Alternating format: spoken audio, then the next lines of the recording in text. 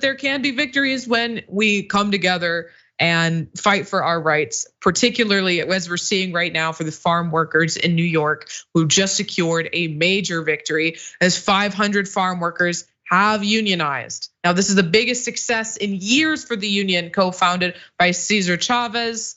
For the last few decades, the United Farm Workers have declined in size from 60,000 to 6,000. You heard that right, 60,000 to 6,000. And of course, we know that union numbers in this country have drastically fallen over the decades as the federal government has made it harder and harder to join a union and more hostile towards union ownership as corporations are pushing their propaganda out to their employees about the dangers of forming a union. But I mean, Jesus, 60,000 to 6,000 should still take you aback. But now 500 workers have unionized in New York, and it is their biggest organizing success in years. Now, the New York victories will increase the union's membership by a whole 8%, which is massive. And Teresa Romero, who's the president of the United Farm Workers, stated that the victories were made possible by the Farm Laborers Fair Labor Practices Act. Let's pull this headline up. Farm Laborers Fair Labor Practices Act. On July 19th, 2019, former Governor Cuomo signed the Farm Workers Bill, which establishes the Farm Laborers Fair Labor Practices Act to protect farm workers' rights and ensure equitable housing and working conditions. The bill grants farm workers overtime pay, a day of rest each week, disability and paid family leave coverage, and unemployment benefits and other labor protections. Now, so a little bit more about the act here from the New York Department of Labor.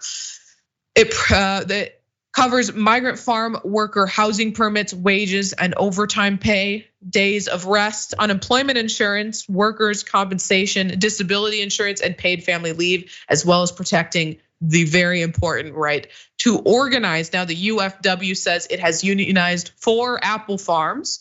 According to The Guardian, the unionized apple farms are Waffler Farms, Cahoon Farms, Porpiglia, and A&J Kirby and Lynette. Now, this has sparked other unionization efforts because we've seen hot labor summer, I think, as Francesca Fiorentini put it yesterday. So it's not the only one, according to The Guardian. 2 other unions have been organizing farm workers in New York, the Retail, Wholesale, and Department Store Union and the United Food and Commercial Workers. They have organized 2 vineyards, a dairy farm, and several other farms, around 125 workers in all. And Mayor, so often in politics, when people talk about farmers, they're always talking about giving subsidies to the wealthy owners of these farms, and they're never talking about protecting the low-wage workers who are actually doing the brunt of the labor on these farms. So it's so nice to be able to cover a story about farmers when we're actually talking about the workers and the workers getting stronger protections.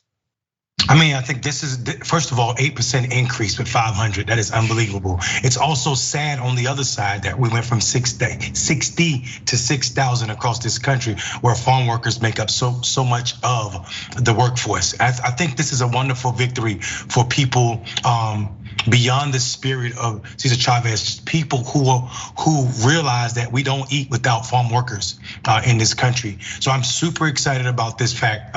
Here's another thing that we should talk about. People don't understand the benefit of unions, not the old benefits, taking 13 and 14-year-olds and 8-year-olds out of factories. I'm talking about the fact that when you have union workers anywhere, the environment is usually safer for the workers and also for the company, right? There are less OSHA violations when they're union workers. So I'm super excited about farm workers getting these protections that you listed out, but also the idea and knowing that they may be in a safer environment as they try to provide food, in this case, apples for us. So yes, yes, and yes. Right, especially when we're seeing people like Greg Abbott pass laws that are rolling back protections for construction workers in the state of Texas among a heat wave that protected their ability to take a break every 4 hours. I mean, which is already not enough. But I mean, how do we fight against that when the Republicans have captured these legislators? You fight against it with unions. And so it's a great point that it's stronger protections, not just for the unionized workers, but for all the workers in those environments.